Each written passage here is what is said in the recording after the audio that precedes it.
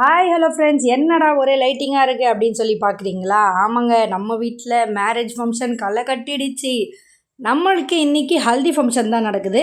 நாம் பொண்ணுக்காக என்னெல்லாம் வாங்கியிருக்கோம் மாப்பிள்ளை வீடு சைட்லேருந்து அப்படின்னு சொல்லி பார்க்கலாமாங்க. 5 சவரனில் நகை வாங்கியிருக்காங்க. அதுக்கப்புறம் காக்ரா நிக்கா சாரி எல்லாமே வாங்கியிருந்தாங்க. ஓகே, ஃபங்க்ஷன் ஸ்டார்ட் பண்ணுறதுக்கு முன்னாடி நம்ம போய் மேலே டெக்கரேஷன்லாம் பார்க்கலாம் அப்படின்னு சொல்லிட்டு மேலே போய் பார்த்தேன். சூப்பராக டெக்கரேட் பண்ணியிருந்தாங்க. மண்டபம்லாம் போட்டு செம்மையாக இருந்தது. என் பசங்களும் ஒரு இடத்துல செட்டிலாகி உட்காந்துட்டாங்க. அவங்கள உட்கார வச்சு நாம் எல்லாம் சுற்றி பார்க்கலாம் அப்படின்னு சொல்லி பார்த்துட்டு இருந்தேன். ஹல்தினாலே எல்லோ கலர் ட்ரெஸ் போடுறது வழக்கம். எல்லோரும் போட்டிருப்பாங்க. மாப்பிள்ளையோட சேர்ந்து எல்லோரும் அப்படியே ஒரே கலராக ஈவனாக எல்லோரும் தெரிவாங்க. நார்த்து சைட்லலாம் ரொம்ப சூப்பராக நடக்கும் இது. நாம் ஒரு சில பேர் எல்லோ கலர் ட்ரெஸ் போட்டுருந்தோம். இவர் தான் நம்மளுடைய மாப்பிள்ளைக்கு இன்றைக்கி தனி மரியாதையே நடக்கும். மாலைலாம் போட்டு பூலாம் போட்டு வெத்தலை பாக்கு எல்லாமே வச்சு நிறைய நலங்கெலாம் வைப்பாங்க. ஃபஸ்ட்டு நலங்கு இது தான்.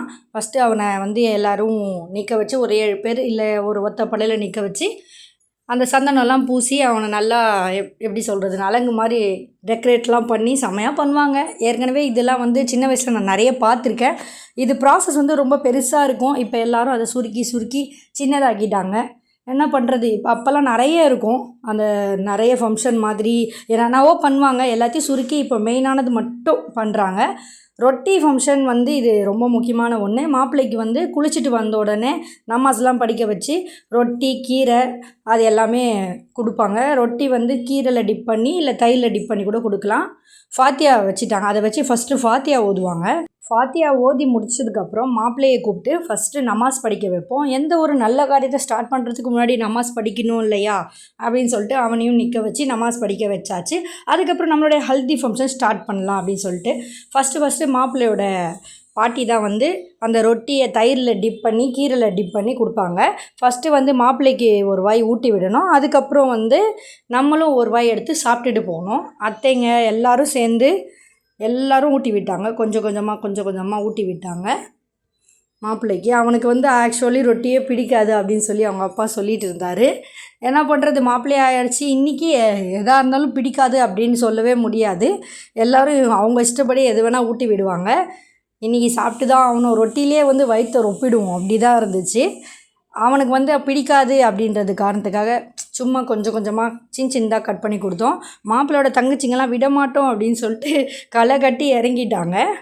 ஹல்தி ஃபங்க்ஷனில் ஒரு முக்கியமான ஒரு பார்ட்டுன்னு தான் இதை சொல்லணும். இதுக்கப்புறம் இன்னொரு ஹல்தியும் வைப்பாங்க. ஆக்சுவலி அது 2 நாள் பண்ணுவாங்க. இவங்க ஒரே நாள்லே 2 மஞ்சா ஃபங்க்ஷன் ஹல்தி ஃபங்க்ஷன் ரெண்டுமே ஒரே நாள்லே வச்சுட்டாங்க. இப்போ எல்லாத்தையும் சுருக்கிட்டாங்க. அதான் சொல்ல வரேனே, ஃபஸ்ட்டெல்லாம் 4-5 நாள் நடக்கும் எங்கள் இதில் ஃபங்க்ஷன்லாம். இப்போ என்ன பண்ணுறது, 2 நாள்லேயே ஃபினிஷ் பண்ணிடுறாங்க. It's okay. நம்மளும் வந்ததுக்கு ரொட்டி கீரையை தொட்டு அவனுக்கு ஊட்டிட்டு நம்மளும் கீரையை தொட்டு சாப்பிட்டுட்டு அங்கேருந்து கிளம்பிட்டோம். அதுக்கப்புறம் என்ன, மேலே போய்ட்டு ஃபங்க்ஷன் ஸ்டார்ட் பண்ணலாம், 2வது ஃபங்க்ஷன் ஸ்டார்ட் பண்ணணும் இல்லையா அப்படின்னு சொல்லிட்டு மேலே போயாச்சு. அந்த புட்டு வச்சுருந்தாங்க. புட்டு அதுக்கப்புறம் மாலை எல்லாம் வச்சுருந்தாங்க. ஃபஸ்ட்டு மாப்பிள்ளையோட அம்மா அப்பா உட்கார வச்சு அவங்க மாப்பிள்ளையோட அம்மா வீட்டு சைடில் எல்லாருமே ட்ரெஸ்ஸு ஃப்ரூட்ஸு எல்லாமே வாங்கி கொடுத்தாங்க. ஸ்வீட்டு எல்லாமே இருந்துச்சு. அவங்க 3 அக்கா தங்கச்சிங்கன்னு நினைக்கிறேன். எல்லோரும் சேர்ந்து அவங்களுக்கு ப்ரொசீஜராக எல்லாமே வாங்கிட்டு ஜோடியாக கொடுத்தாங்க. ஃபஸ்ட்டு இதெல்லாம் நிறைய பண்ணிகிட்டு இருந்தாங்க. நானே இது கிட்டத்தட்ட ஒரு 10 இயர்ஸ் பிஃபோர் தான் இதை நான் பார்த்துருக்கேன். இதே மாதிரி ப்ராசஸ்ஸு ரொம்ப நாள் கழித்து இந்த ப்ராசஸை நான் பார்க்குறேன். ஒன்றும் மிஸ் பண்ணக்கூடாது அப்படின்னு சொல்லி நினச்சேன். எல்லாமே ப்ரொசீஜர் படி அப்படியே முறையாக நடந்த மாதிரி இருந்துச்சு. அப்படியே நல்லா இருந்தது பார்க்குறதுக்கு. அவங்க எல்லோரும் ட்ரெஸ்ஸே கிட்டத்தட்ட நிறைய வந்திருக்கும் போல இருக்குது, அப்படி இருந்தது.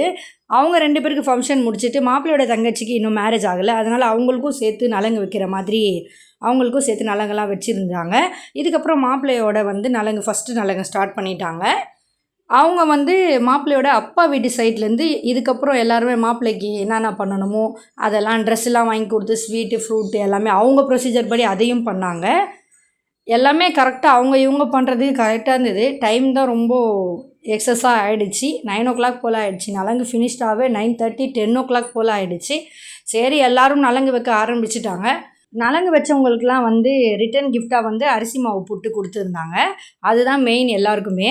அதுக்கப்புறம் நம்ம பியூட்டி குயின் சொன்னோன்னா போகலாம் அப்படின்னு சொல்லிட்டு ஃபஸ்ட்டு பியூட்டி குயின் போயிட்டு பண்ணியாச்சு. அதுக்கப்புறம் 2வது பியூட்டி குயினும் போயாச்சு. எல்லோரும் போயிருந்தோம். 2 பேர் மட்டும் மிஸ் பண்ணிட்டோம். நாம் பியூட்டி குயின்ஸ் போய் என்ன பிரயோஜனம், நம்ம ஒரு ஃபோட்டோ கூட எடுக்கல. அந்த வருத்தம் தான் ரொம்ப இருந்தது. மறந்துட்டோம் நாங்கள். எல்லா ஃபங்க்ஷனையே வந்து ரொம்ப ஆர்வமாக பார்த்துட்டு இருந்தோமா, அதனால் ஃபோட்டோ எடுக்கவே மறந்துட்டோம்.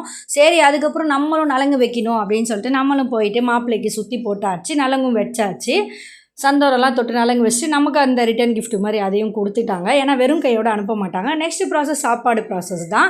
பசங்களை ஃபஸ்ட்டு உட்கார வச்சுட்டேன். ஏன்னா 10 போல் ஆகிடுச்சு. ஃபஸ்ட்டு அவங்களுக்கு பசிக்கும் இல்லையா. சிக்கன் பிரியாணி தான் போட்டிருந்தாங்க. டேஸ்ட் வைஸ் நல்லா தான் இருந்தது, சூப்பராக இருந்தது. ஏன் எப்போவுமே எல்லா பிரியாணியும் எனக்கு பிடிச்சிருந்தா மட்டும்தான் நல்லாயிருக்கு, சூப்பராக இருக்குது அப்படின்னு சொல்லுவேன். நிஜமாலே டேஸ்ட்டு நல்லா இருந்ததுங்க. எனக்கு ரொம்ப பிடிச்சது. நான் 2வது டைம் வாங்கி சாப்பிடவே மாட்டேன். நான் 2வது டைம் வாங்கி சாப்பிட்டேன்னா பாருங்கள், சூப்பராக இருந்தது. சிக்கன் பிரியாணி வேறு லெவல்னு தான் சொல்லணும். உண்மையிலே நல்லா இருந்துச்சு. எல்லாமே கத்திரிக்காய் பச்சடி, ரைட்டா, ஸ்வீட்டு கூட கேசரி வச்சுருந்தாங்க. அது கூட சூப்பராக இருந்தது. சரி, சாப்பிட்டு முடிச்சிட்டோம். அதுக்கப்புறம் 3வது நலங்கு வைக்க ஆரம்பிச்சிட்டாங்க.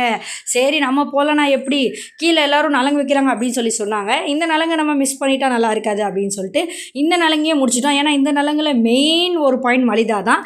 மலிதா வாங்குறதுக்காகவே இந்த நலங்கை நான் பண்ணேன்னு தான் சொல்லுவேன். ஏன்னா அவ்வளோ டேஸ்ட்டாக இருக்குங்க மலிதா. ரொம்ப ரொம்ப பிடிக்கும். இந்த மாதிரி கல்யாண நாளில் தான் வந்து அந்த மலிதா நமக்கு கிடைக்கும். நம்மளும் மாப்பிள்ளைக்கு நலங்கு வச்சுட்டு ஒரு வழியாக இந்த ஹல்தி ஃபங்க்ஷனை ஃபினிஷ் பண்ணியாச்சு. வீடியோ பிடிச்சிருந்தா லைக் பண்ணுங்கள். இதோட தொடர்ந்து மேரேஜ் வீடியோவும் வரப்போகுது. அப்படியே சேனலை சப்ஸ்கிரைப் பண்ணிக்கோங்க. தேங்க்ஸ் ஃபார் வாட்சிங். நெக்ஸ்ட் விலாகில் பார்க்கலாம். டாடா, பை பை.